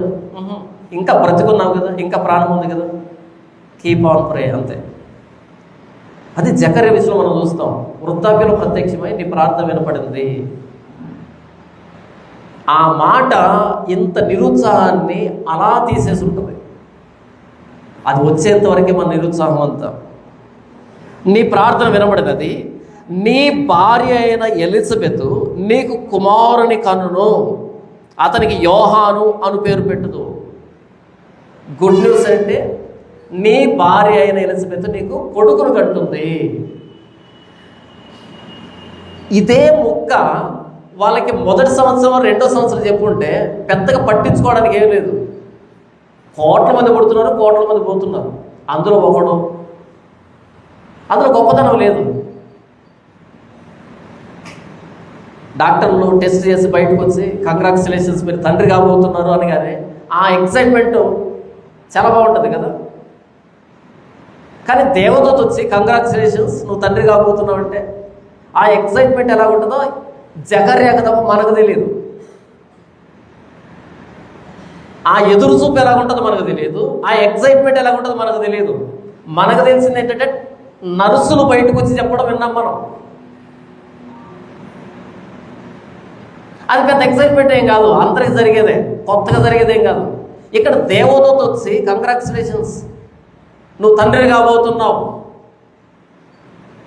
అప్పుడు ఇలా ఎగ్జైట్మెంట్ ఫీల్ అవ్వాలో లేకపోతే డౌట్ పడాలో మొత్తం కన్ఫ్యూజ్ అయిపోయింది. చూడు, అప్పుడు ఆ దూత తనతో, జకర్యా భయపడకము, నీ ప్రార్థన వినపడినది, నీ భార్య అయిన ఎలిజబెత్ నీ కుమారుని కనును, అతనికి యోహాను అని పేరు పెట్టుదు. పేరు కూడా చెప్పేశాడు. 17వ వచనం, ఎందుకు ఆ వ్యక్తి పుట్టుకను గురించి పరలోకం గురించి దూత వచ్చి చెప్పాల్సి వచ్చిందంటే, ఆ వ్యక్తి చరిత్రను మార్చబోతున్నాడు. ఆ వ్యక్తి చరిత్రను మార్చబోయే వ్యక్తిని చూపించడానికి కొడుతున్నాడు. ఆ వ్యక్తి ధర్మశాస్త్రానికి సమాప్తిగా, కొత్త నిబంధనకు ప్రారంభంగా మారబోతున్నాడు. ఇటు 400 సంవత్సరాల నిశ్శబ్దాన్ని, ఇటు ప్రభువైన యేసుక్రీస్తు వారి సువార్తన్నిటిని పట్టుకునేటువంటి వారధిగా వస్తున్నాడు. ఈ 400 సంవత్సరాల్లో అనేక మంది అబద్ధ ప్రవక్తలు పుట్టారు. వాళ్ళ మాట కాదు, ఈయన మాట నమ్మండి అని దేవుడు ముద్ర వేస్తున్నాడు ఈ వ్యక్తి మీద. దేవుడు ముద్రిస్తున్నటువంటి ప్రవక్త ఈయన, నిజమైన ప్రవక్త. చూద్దాం ఎందుకు పుడుతున్నాడు. అతడు ప్రభువు దృష్టికి గొప్పవాడై, మనుషుల దృష్టికి, ప్రభువు దృష్టికి గొప్పవాడై, మరి మనుషుల దృష్టికి, ప్రభు దృష్టికి ఏది గొప్పగా ఉంటుందో మనుషుల దృష్టికి అది నీచంగా ఉంటుంది. మనుషుల దృష్టికి ఏది నీచంగా ఉంటుందో ప్రభు దృష్టికి అది గొప్పగా ఉంటుంది. నేను చెప్పట్లా, లూకాసు 16 ఉంటుంది అన్నమాట. ప్రభు దృష్టికి గొప్పగా ఉండేది మనుషుల దృష్టికి నీచంగా ఉంటుంది. మనుషుల దృష్టికి నీచంగా ఉండేది ప్రభు దృష్టికి గొప్పగా ఉంటుంది. కాబట్టి మనం ఎలా ఉండాలి? ప్రభు దృష్టికి గొప్ప వాళ్ళగా ఉండాలి. అపోస్తలుడైన పౌలు అంటాడు, మేము లోకానికి పెంటగా ఉన్నాము అని మాట్లాడతాడు. మురికి గాను పెంట గాను, we are the scum of the world అంటాడు. పౌలు చూడు కానీ అసహించుకున్నారంట, ఏట్రా వీడు పోడు రోజు అని, వీడు గోలేంటని. మనమే గొప్పగా మాట్లాడుకుంటాం అపోస్తలుడైన పౌలని. రియాలిటీగా ఆయన పరిచయం చేస్తున్నప్పుడు రాళ్ళతో కొట్టి ఈడ్చారా? మనల్ని ఎవరైనా ఈడ్చారా? అంటే మనం పద్ధతిగా బతుకుతున్నాం. రాళ్ళతో కొట్టి ఈడ్చారు అంటే ఆయన నచ్చలా ఎవరికి. ఎక్కడికి వెళ్తే అక్కడ గొడవలే, ఎక్కడికి వెళ్తే అక్కడ డిబేట్లే, ఎక్కడికి వెళ్తే అక్కడ తర్కాలే. మనం గొప్పగా మాట్లాడుతున్నాం కానీ ఆనాటి ప్రపంచం పౌలని అంత గొప్పగా చూడలే. ఎందుకని? ప్రభు దృష్టిలో గొప్పడు కాబట్టి. ప్రభు దృష్టిలో యోగ్యమైన వాడు లోకం దృష్టిలో యోగ్యుడిగా ఉండలేడు. ఎందుకంటే వీళ్ళని సంతోషపెట్టలేడు. నేను మనుషులదైన సంపాదించుకొని చూస్తున్నాను, దేవునిదైన సంపాదించుకొని చూస్తున్నాను. నేను ఇప్పటికీ మనుషులను సంతోషపెట్టుకోని వారినైతే క్రీస్తు దాసుని కాకయబోదును. అంటే మనుషుల ముఖాన్ని చూసి మనుషులు నన్ను గొప్పనాలని పరిచయం చేయలే. ఆయన ఎలా చేశాడు? మీ ఇష్టం వచ్చింది అనుకోండి, నేను చెప్పేది చెప్తాను, నేను చేసేది చేస్తాను. ప్రవక్తలు ఇలాగే ఉంటారు. ప్రవక్తలంతా మొండోళ్ళు, మనమంతా మంచోళ్ళమే. ఎవరిని బాధ పెట్టం, ఎవరిని నొప్పించం. మనం అందరి బంధువులాగా వ్యవహరిస్తాం. వాళ్ళ పోగొట్టుకోం, వీళ్ళ పోగొట్టుకోం. ఒకవైపే ఇట ఇట మనం ఏం చేస్తాం? ఇటు లోకాన్ని పట్టుకుంటాం, ఇటు దేవుణ్ణి పట్టుకుంటాం. ఇద్దరిని కలవరు ఇద్దరు ఎప్పటికీ. ఎవడు లోకంతో స్నేహం చేయకూడని వాడు దేవునికి శత్రువు అవుతాడు అని రాయబడు. నేనేం చెప్తాను ఇంతకీ? అతడు ప్రభువు దృష్టికి గొప్పవాడై, మనుషుల దృష్టికి ఆయన ఏమన్నారు? యోహాను తినకయు త్రాగకయు వచ్చిన కనుక దయ్యం పట్టినోడు అని అన్నారా? చూడటానికి అలాగే ఉంటాడు ఆయన. మన చుట్టూ ఒంటె రోమాలతో చేయబడినటువంటి వస్త్రాలు కట్టుకుంటాడు. ఒంటె రోమాలు అంటే చాలా గరుకుగా ఉంటాయి, చాలా ఏమంటారు, ఇబ్బందిగా ఉంటాయి. ఏ ఉండితో వేసిన వస్త్రాలు వేసుకుంటే బాగుంటాయి, సిలుకుతో వేసుకుంటుంటే బాగుంటాయి. ఒంటె రోమాలు అంటే ఇంతలా ఉంటాయి, ఒక్కొక్కటి ఇంత పొడవు ఉంటాయి. ఎప్పుడైనా గోనె పట్టు కట్టుకుని చూడండి, దానికంటే దారుణంగా ఉంటుంది. అలాంటి వస్త్రాలు కట్టుకుంటున్నాడు. మిడతల్ని తేనె తింటున్నాడు. అడవి జాతి మనిషి. ఎందుకంటే చిన్నప్పుడే అమ్మ నాన్నలు ఇద్దరు చచ్చిపోయారు. ఎందుకంటే వాళ్ళిద్దరు ముసలోళ్ళు కదా ఈయన పుట్టేటప్పటికి. ఈయన పుట్టి కొంచెం పెద్ద అయ్యేటప్పుడు వాళ్ళిద్దరు చచ్చిపోయారు. పైగా ఆ టైంలో హేరోదు పిల్లలను చంపమని ఆజ్ఞ జారీ చేశాడు. ఎప్పుడైతే పిల్లలను చంపమని ఆజ్ఞ జారీ చేశాడో ఈయన తీసుకుని వెళ్ళి అరణ్యంలో దాచిపెట్టిన ఎవరో బంధువులు అక్కడ పెరిగాడు. No education, no facilities.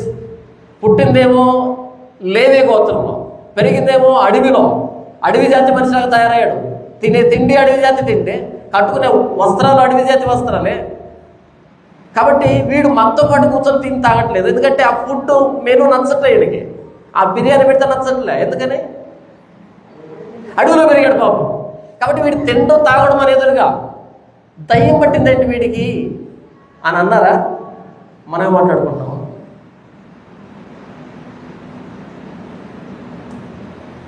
బాప్తిస్మ యోహాను అలా టీ తాగి హార్ట్ అటాక్ చచ్చిపోయాడా? తలదీసి చంపించారు అంటే నచ్చలే, తలదీసి చంపారు. ఆయన తలదీసి చంపగానే పెద్ద విప్లవం చెలరేగిందా? ఎవరి పనాలు చేసుకున్నారా? అంటే దేవుని దృష్టి గొప్ప వాళ్ళు ఎప్పుడు సమాజంలో గొప్ప వాళ్ళుగా లేరు. సమాజంలో గొప్ప వాళ్ళు ఉండే వాళ్ళు దేవుని దృష్టి గొప్ప వాళ్ళేం కాదు. మనుషుల దయని సంపాదించుకుంటే మనుషుల దృష్టిలో గొప్ప వాళ్ళు అవుతాం. దేవుని దయని సంపాదించుకుంటే లోకానికి శత్రువుగా ఉంటాం. మొండోళ్ళు, ప్రవక్తలంతా మొండోళ్ళే, అపోస్తులంతా మొండోళ్ళే. ప్రాణం తీసుకోవడానికైనా సిద్ధపడతారు కానీ దేవుడి మాటను మీరు ప్రవర్తించరు. ఓ రాజా, ఇందుని గురించి నీకు ప్రత్యుత్తరం చెప్పాలన్న చింత మాకు లేదు. ఎలాగైనా మాట్లాడేది? అగ్నిగొడవలో దూకి చావనైనా చూస్తాం కానీ నీవు నిలవబెట్టించిన ప్రతిమకు నమస్కారం పెట్టము. మనం ఉంటే ఎంతమందికి లేదు మీకే ఎందుకు వచ్చింది అని అంటావా? కాసేపు మోకరిస్తే ఏమవుతుంది? మోకరించి దేవుణ్ణి ప్రార్థించగా ప్రాణం దక్కుతుందిగా. మొండవులు ప్రవక్తలంతా. ప్రభువు దృష్టి గొప్పవాడై ద్రాక్షారసమునైనను మద్యమునైనను తాగక తన తల్లి గర్భమును పుట్టినది మొదలుకొని పరిశుద్ధాత్మతో నిండుకొనిన వాడై ఇశ్రాయేలీలో అనేకులను ప్రభువైన వారి దేవుని వైపునకు త్రిప్పును. మరి అతడు తండ్రుల హృదయమును పిల్లల తట్టును, అవిధేయులను నీతిమంతుల జ్ఞానము అనుసరించుటకు త్రిప్పి ప్రభువు కొరకు ఆయత్తపడి ఉన్న ప్రజలను సిద్ధపరచుటకై ఏలియా యొక్క ఆత్మయు శక్తి గలవాడై ఆయనకు ముందుగా వెళ్ళును గనుక నీకు సంతోషమును మహా ఆనందమును కలుగును. అతడు పుట్టినందున అనేకలు సంతోషింతురు అనిను. మలాకి గ్రంథం 3-4 చెప్పబడినటువంటి ఆ ఏలియా ఆత్మ కలిగిన ఆయన ఈయనే అని చెప్తున్నాడు. మలాకి గ్రంథంలో చెప్పబడిన ప్రవచనం నెరవేర్పిది అని చెప్తున్నాడు దేవదూత. అతడు పుట్టాడు కాబట్టి అనేకులు సంతోషపడతారు. అనేకులు అంటే ఎవరు? హేరోదు లాంటి వాళ్ళు కాదు. నీతిమంతులు సంతోషపడతారు. ధర్మశాస్త్రం అనే భారాన్ని మోయలేక తొట్టు పడుతున్న వాళ్ళు సంతోషపడతారు. ఎందుకంటే ధర్మశాస్త్ర సమాప్తి అయిన క్రీస్తును చూపెడతాడు కాబట్టి. ఈయనే ఆయన ధర్మశాస్త్ర సమాప్తి. ఇదిగో లోక పాపమును మోసుకొని పోతున్న దేవుని గొర్రె పిల్ల చెప్తాడు కాబట్టి ఎవరైతే నీతి కోసం పరితపిస్తూ ఉంటారో, ధర్మశాస్త్రమైన భారాన్ని మోయలాగా తొట్టుపడుతుంటారో అలాంటి వాళ్ళకి సంతోషం కలుగుతుంది. అంతేగాని హేరోదు లాంటి వాళ్ళకి కాదు. అనేకులు అనగానే అందరిని పెట్టకూడదు. దేవుని గురించిన విషయాలు దైవజనులకు నచ్చుతాయి, దేవుని ప్రజలకు నచ్చుతాయి, అపవాది సంబంధులకి నచ్చవు. 18వ వచనం, జకర్యా ఇది నాకు ఎలాగో తెలియను, నేను ముసలివాడను, నా భార్యయు బహుకాలము గడిచినదని ఆ దూతతో చెప్పగా. వెంటనే జకర్యా డౌట్ పడ్డాడు. అంటే ఇది ఎలా జరుగుతుంది? ఎలా సాధ్యమవుతుంది? నేను నా భార్య ఇరువురు వృద్ధులవి, అసలు పిల్లలు పుట్టే అవకాశమే లేదు, స్త్రీ ధర్మమే లేదు, ఎలా జరుగుతుంది ఇది? మిరాకిల్ అంటే సైన్స్కు అందదు. మిరాకిల్ అంటే సైన్స్కి పైన ఉంటుంది, సైన్స్కి అందదు. సైన్స్ అంటే ఏంటి? ఇంతకీ అది టెక్స్ట్ బుక్. సైన్స్ అంటే మన సృష్టిలో జరుగుతున్న విషయాల్ని ఎలా జరుగుతున్నాయో గుర్తుపట్టడమే సైన్స్ అంటే. మన సృష్టిలో ప్రతినిత్యం జరుగుతున్న విషయాలు అవి అలాగే ఎందుకు జరుగుతున్నాయి, అవి అలా జరగడానికి బ్యాక్గ్రౌండ్లో ఏం నడుస్తుంది అనే దాన్ని గుర్తుపట్టడం సైన్స్ అంటాం. మిరాకిల్ అన్నది సృష్టిలో జరగదు అది, కాబట్టి గుర్తుపట్టలేము దాన్ని. సైన్స్కి అందదు మిరాకిల్ అనేది. సైన్స్ ఏం చెప్తుంది? స్త్రీ పురుషులు కలిసినప్పుడు పిల్లలు పడతారు, అది కూడా వాళ్ళ వయసు ఎంత ఉండాలి? 45 బిలో ఉండాలి. అది సైన్స్. ఎప్పటి నుంచో ఇలాగే జరుగుతుంది, ఇంకెప్పటికి ఇలాగే జరుగుతుంది. ఇది సైన్స్ అంటే. మిరాకిల్ అంటే నేల మట్టి నుండి నరుని నిర్మించి వారి నాసికారంధ్రంలో జీవవాయువు ఊదిన వాడు మరొక్కసారి ఆ సృష్టిలో జోక్యం కలుగు చేసుకునే దాన్ని మిరాకిల్ అంటాం. ఆదాం ఎలా వచ్చాడు? ఆదాం తల్లిదండ్రులు ఎవరు? ఆదాం నాన్న పేరేంటి? ఆదాం తల్లి పేరేంటి? తల్లి కావాలి, తండ్రి కావాలి, వీళ్ళిద్దరు కలిస్తే కదా ఆదాం రావాలి. మరి వీళ్ళిద్దరు లేకుండా ఎలా వచ్చాడు ఆదాము? పోనీలే, ఆదాము పక్కన పెట్టేద్దాం. హవ్వ తండ్రి పేరేంటి? తల్లి పేరేంటి? లేదు. ప్రకటన గురించి మనిషి వస్తాడా? వచ్చాడు, వచ్చింది. ఇద్దరు మిరాక్యులస్గా సృష్టించబడ్డారు. వాళ్ళిద్దరు కలిసిన తర్వాత న్యాచురల్ బర్త్ స్టార్ట్ అయింది. ఇద్దరు వ్యక్తులు మిరాక్యులస్గా సృష్టించబడ్డారు, ఆదాము హవ్వ. ఆయన మట్టితోనూ ఈవెండి ప్రకటెముకతోనూ, రెండు మిరాక్యులస్ బర్త్. ఇవి రెండు కలిసిన తర్వాత న్యాచురల్ బర్త్ అనే ప్రాసెస్ స్టార్ట్ చేశాడు. స్టార్ట్ అయిందా మిరాకిల్తో, అలా కంటిన్యూ అవుతుంది న్యాచురల్ బర్త్తో. మరొక్కసారి మిరాక్యులస్ బర్త్ కోసం దేవుడు చేయి చాపాడు. దాన్ని మిరాకిల్ అంటాం. ప్రూవ్ చేయండి చూద్దాం. ప్రూవ్ చేయడానికి ఇది ల్యాబొరేటరీలో టెస్టుల్లో పట్టదు. మిరాకిల్ అంటే సైన్స్కి పైన ఉంటుంది. సైన్స్కి అర్థం కాదు అది. సైన్స్ ఎంతవరకు ఆలోచిస్తుంది?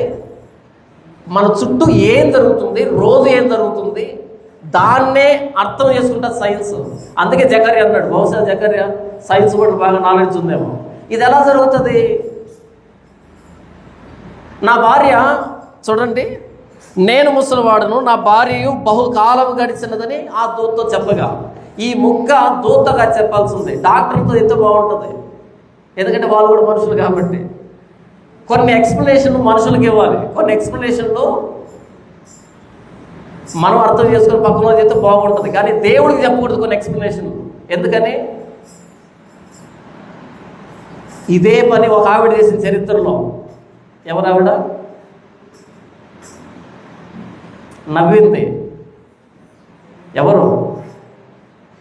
శారా. శారా నవ్విందా? ఎందుకు నవ్వింది? మీదటికి ఈ సంవత్సరానికి వస్తాను అప్పుడు శారా మగబెట్టి ఎత్తుకుంటుంది, పుసుకుని నవ్వింది. నేనా? ఎందుకు నవ్వింది? సైన్స్ తెలుసు కాబట్టి. సైన్స్కి అది పాసిబుల్ కాదు కాబట్టి. అప్పుడు అన్నాడు, యెహోవాకు అసాధ్యమైనది ఏదైనా కలదా? ఈ మాట చెప్తున్నది మీ పక్కింటోళ్ళు ఎదురింటోళ్ళు కాదు. ఈ మాట చెప్తుంది పరలోకమందున్న దేవుడు. పక్కింటోళ్ళు చెప్తే నవ్వు, ఎదురింటోళ్ళు చెప్తే నవ్వు, డాక్టర్లు చెప్తే నవ్వు, దేవుడు చెప్తే నవ్వొద్దు. తల దించుకొని కృతజ్ఞతాస్తులు తెలియజేయి, ప్రభువా నీకే స్తోత్రం ఆమేనను, అంతే. ఎందుకని? నేల మట్టితో నరువు నిర్మించిన వాడికి ముసలోళ్ళకు పిల్లలు పుట్టించడం తెలీదా? మట్టిలో ఏముంటుంది? ముసలోళ్ళలో అయినా అంతో ఎంతో మాంసం ఉంటుంది, మట్టిలో ఏముంటుంది? ప్రపంచంలో ఉన్న వాటితో సృష్టించబడలే, లేని వాటితో సృష్టించబడ్డాయి. దృశ్యమైన ఈ ప్రపంచం అదృశ్యమైన దాంతో సృష్టించబడింది. ఆయనకు మనం లాజిక్లు రీజన్లు చెప్తే బాగుంటుందా? జకర్యా అన్నాడు, ఇది ఎలా జరుగుతుంది? నేను ముసలోని, నా భార్య ముసలి, ఎలా జరుగుతుంది ఇది? అప్పుడు దేవదూత చెప్పిన సమాధానం చూడండి ఎంత అద్భుతం ఉంటుందంటే, 19వ వచనం, దూత, నేను దేవుని సముఖమునందు నిలుచు గబ్రియేలును. నేను పక్క వీధిలో నుంచి రాలేదు, పక్క ఊరిలో నుంచి రాలేదు. ఎక్కడి నుంచి వచ్చాను? దేవుని సముఖములో నిలవబడే గబ్రియేలు నేను. బహుశా వయసు అయిపోయి సరిగ్గా కళ్ళు కనిపించక గుర్తుపట్టలేదేమో. నా అడ్రస్ ఏంటంటే దేవుని సముఖంలో ఉండేటువంటి గబ్రియేలునే. మాట్లాడుతుంది ఎవరు? దేవుని సముఖంలో ఉన్న గబ్రియేలు అని నేను మాట్లాడుతున్నా. నేను మాట్లాడితే కూడా ఇది ఎలా సాధ్యమవుతుందంటే, నేనేమైనా జోకులు వేయడానికి వచ్చానా? లోతు వెళ్ళాడు అల్లుల దగ్గరికి, లెండి ఈ పట్టణం కాలిపోతుంది, బయలుదేరండి. అప్పుడు లోతు అల్లుళ్ళకి లోతు ఎలా కనపడ్డాడంట? ఎగతాళి చేయవాని వలే కనపడ్డాడంట. జోకులు వేస్తున్నాడు అనుకున్నారు, అర్ధరాత్రి వచ్చి జోకులు వేస్తున్నాడు అనుకున్నారు. బూడిద ఎంతవరకు అర్థం కాదు జోక్ కాదని. లోతల్లుళ్ళు లోతుని అనొచ్చు, ఎగతాళి చేస్తున్నాడేమో అని. ఎందుకని? మనిషే కదా. కానీ జకర్య దేవదూతను అనకూడదు. దేవదూతను జోకులేరు, వేస్తారా? నేను దేవుని సముఖంలో నిలుచు గబ్రియేలుని, నీతో మాటలాడుటకును ఈ సువర్తమానము నీకు తెలుపుటకును పంపబడితేని. దేవుడు పంపించాడు, ఇది జోక్ కాదు. అయితే నీ హ్యూమన్ రీజనింగ్ని, నీ తెలివిని నా దగ్గర ఉపయోగించావు కాబట్టి, దేవుని దగ్గర ఉపయోగించావు కాబట్టి, దేవుని దగ్గర విశ్వాసంతో ఉండాలి. దేవుడు ఏదైనా మాట చెప్పాడు అంటే ఆమేన్ అని చెప్పడం తప్ప ఇది ఎలా సాధ్యం? సైన్స్కి అందే విషయాలు ఉంటాయి, న్యాచురల్గా జరిగిన విషయాలు ఉంటాయి, వాటిని అర్థం చేసుకోవచ్చు. మిరాకిల్స్లోనికి సైన్స్ పెట్టే ప్రయత్నం చేయదు, ఎందుకంటే సైన్స్కి అంత సామర్థ్యం లేదు. ఇప్పుడు ఆ టాప్ నాకు అందుతుందా?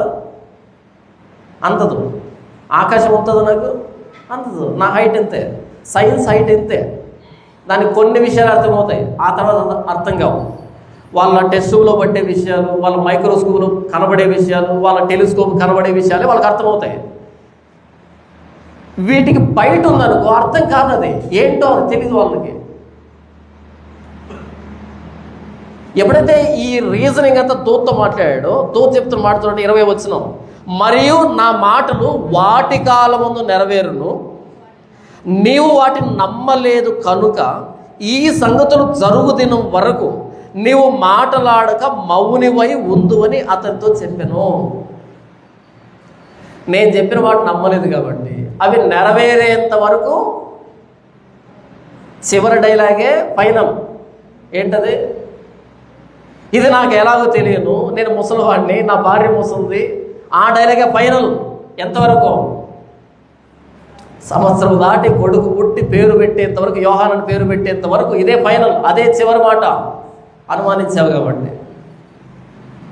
21వ వచనం, ప్రజలు జకర్య కొరకు కనిపెట్టుచుండి ఆలయమందు అతడు ఆలస్యం చేసినందున ఆశ్చర్యపడిరి.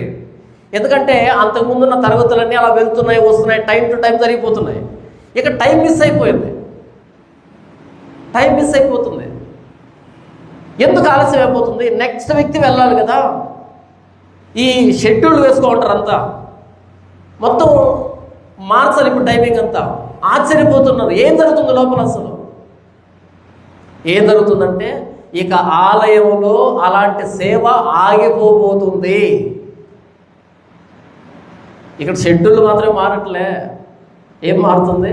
ఇక ఆలయంలో ధర్మశాస్త్ర సంబంధమైన సేవే లేకుండా ఆగిపోతుంది. ఇలాంటి సేవను దావీదు నియమించాడు. ఇప్పుడు ఆ దావీదు సింహాసనం మీద కూర్చొని పరిపాలించబోయే దావీదు కుమారుడైన ప్రభువైన యేసుక్రీస్తు రాబోతున్నారు. ఆయన వస్తే దేవాలయం తెర చినిగిపోతుంది. దేవాలయంలో సేవగాదిక శిలువ మీద వేలాడుతున్న ఆయన చూడాలి. ఖాళీ సమాధిలో ఉన్నటువంటి ఆయన పునరుద్ధానాన్ని అర్థం చేసుకోవాలి. మొత్తం ధర్మశాస్త్రానికి సమాప్తి జరగబోతుంది. 1 గంట 2 గంటలు లేట్ అయితే ఇబ్బంది ఏంటి?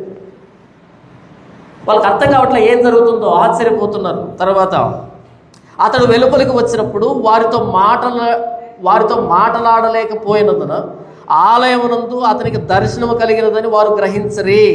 అప్పుడు అతడు వారికి సంజ్ఞలు చేయొచ్చు మోగవాడై ఉండను. ఆ వ్యక్తి బయటకు వచ్చాడు. ఎందుకు ఆలస్యమైందంటే మాట్లాడలేకపోతున్నాడు, సంజ్ఞలు చేస్తున్నాడు, సైగలు చేస్తున్నాడు. అప్పుడు అర్థమైంది, లోపల దర్శనం కలిగింది.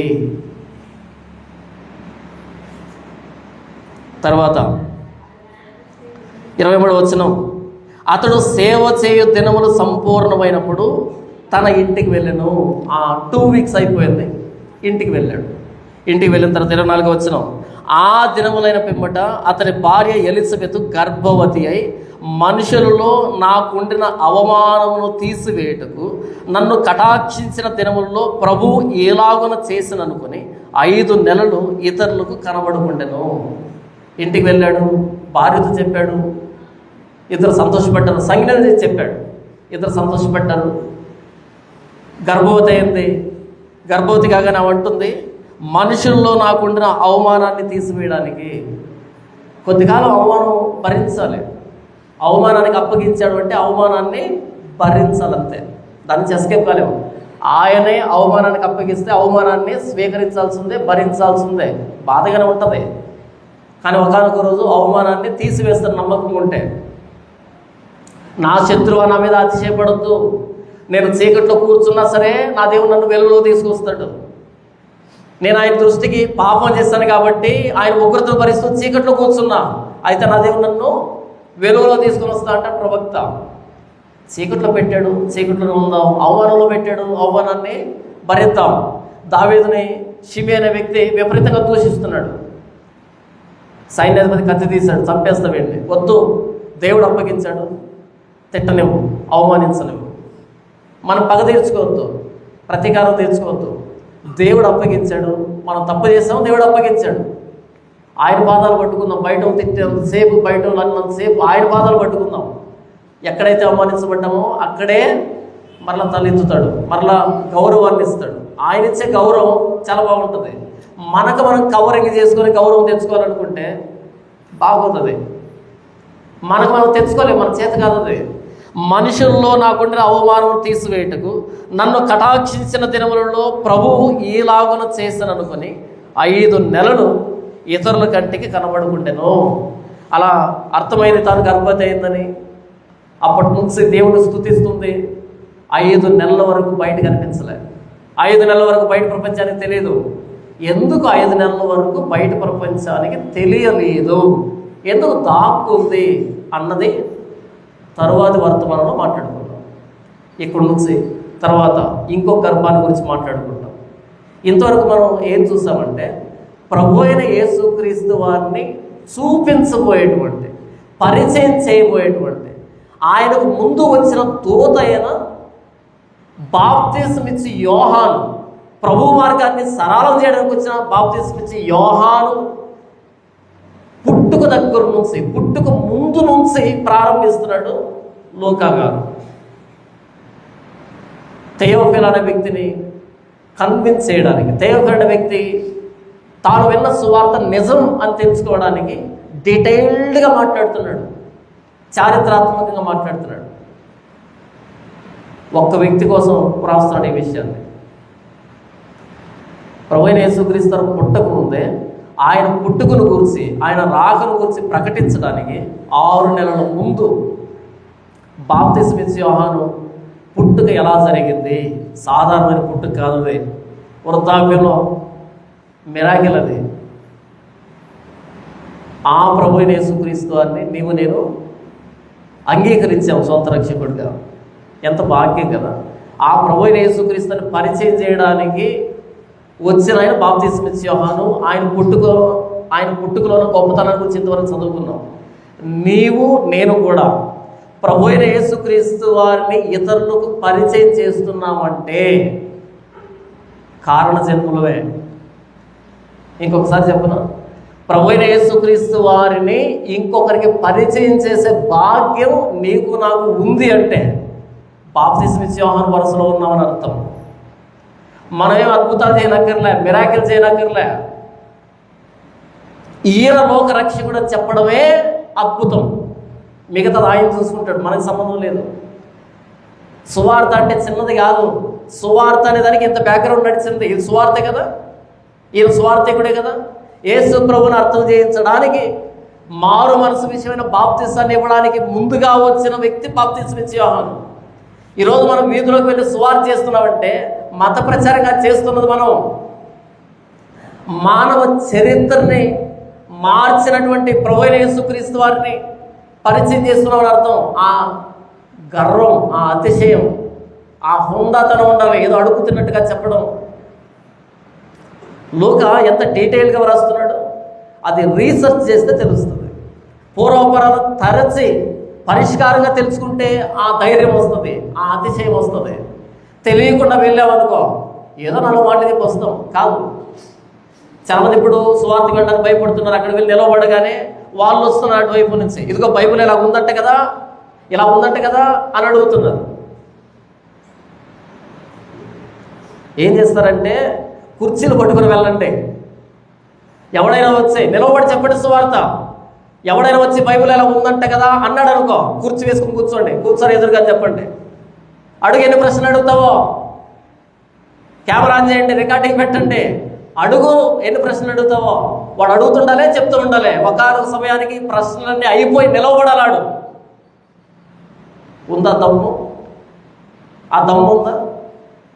అలా ప్రభువైన యేసుక్రీస్తుని అర్థం చేసుకుంటే లోకాలుగా ప్రకటించవచ్చు. వాళ్ళు ప్రశ్నలు అడుగుతుంటే ఇప్పుడు అవన్నీ ఎందుకు వద్దు, ఇంకెప్పుడు. వాడు అలిసిపోవాలి, ప్రశ్నలు లేవు, చేతులు ఎత్తేయాలి. అప్పుడు దేవుడు మనతో సంతోషపడతాడు. శభాష్, ఇది పరిచర్య అంటే. ఏ వీధిలోనైతే వాడు పత్రిక పట్టుకొని వచ్చి ఎగతాళి చేద్దామని వచ్చాడో అదే వీధిలో అందరూ సాక్ష్యం ఇవ్వాలి. ఒక ఆయన వచ్చాడు, ఏమడిగా చెప్తున్నాడు సమాధానం. వాళ్ళకి నమ్మకం కలుగుతుంది. అంటే మనం అడుగుతున్న ప్రశ్నల్లో పసలేదు, ప్రతిదానికి సమాధానం ఉంది. అలాంటి ఒకసారి ట్రై చేయండి. ఏ రికార్డింగ్ వాళ్ళే పెడతారు, మనం పెట్టమా? రికార్డింగ్ వాళ్ళైనా పెట్టేది, మనం పెట్టమా? పెట్టు, కెమెరా ఒకటి స్టార్ట్ చేయి. నేనేం చెప్తున్నాను అంటే, ప్రభువైన యేసుక్రీస్తు వారిని ప్రకటించడానికి వచ్చిన ఆయన పుట్టుకును గురించి ఇంతవరకు చదువుకున్నాం. ఆయన మార్గాన్ని సరళం చేయడానికి వచ్చిన ఆయన పుట్టుకును గురించి ఇంతవరకు చదువుకున్నాం. ఎంత గంభీరంగా ఉంది కదా. నేను ప్రభువైన యేసుక్రీస్తు వారిని గురించి ఇంకో వ్యక్తికి ఎక్స్ప్లెయిన్ చేస్తున్నానంటే నాది కూడా అలాంటిదే, మీ జీవితం కూడా అలాంటిదే. చెప్తున్నాను సువార్త ఎంతకి భాగ్యం, అది అందరికీ దక్కదు. అది దానికి పెట్టి పుట్టుండాలి, ఉత్తునే జరగదు. అది మోకాళ్ళ నొప్పులకి, నడుము నొప్పులకి, వేసిపో దగ్గరికి వస్తే జరగదు. అది సువార్త అనేది ఎంత శ్రేష్టమైనది, ఎంత గొప్పది, దానికి ఎంత చరిత్ర నడిచింది. అతడు ప్రభు దృష్టి గొప్పవాడు. సువార్త ప్రకటించు వారి పాదములు పర్వతముల మీద సుందరములై ఉన్నవి. ప్రభు దృష్టికి గొప్ప పాదాలు ఏంటి? ఒకసారి షూ కొందామని వెళ్ళాను. షూ తీసి 2 ముందు వేసిన నచ్చాయి. ఎంత అన్నా 25,000 అన్నాడు. కొనలేదులేండి, అంత స్తోమత లేదు. 25,000? ఎస్ సార్, ప్యూర్ లెదర్ ఇది. కంపెనీ చూసావా, ఈ బ్రాండ్ సార్ ఇది. అయితే అవి వేసుకొని మీరు వెళ్తూ ఉంటే ఎవరైతే నోబుల్ పర్సన్స్ ఉంటారో, గొప్ప ఉంటారో వాళ్ళకి అర్థమైపోతుంది వీడు చిన్నోడు కాదని. ఆర్డినరీ వ్యక్తులకు తెలియదు అది. మనం అలా వేసుకొని 5 స్టార్ రోడ్లకు ఎంటర్ అయితే మిగతా వాళ్ళు చూస్తారు, ఈ షూ వేసుకున్నాడంటే వీడు కంపెనీ CEO అయి ఉంటాడు, వీడు VIP ఉంటాడు, నమస్కారం సార్ అంటారు.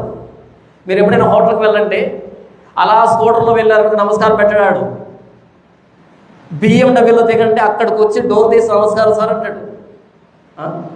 అలాగే ఆ షూ వేసుకుంటే నువ్వు నడిచి వెళ్తూ ఉంటే అందరు సలాం కొడతారు, వీడు పెద్దోడని. కానీ సువార్త కోసం నడుస్తూ వెళ్తున్నావు అనుకో, అది గొప్ప విషయం. అతడు ప్రభు దృష్టి గొప్పవాడు. సువార్త ప్రకటించి వారి పాదములు పర్వతం మీద సుందరములై ఉన్నాయి.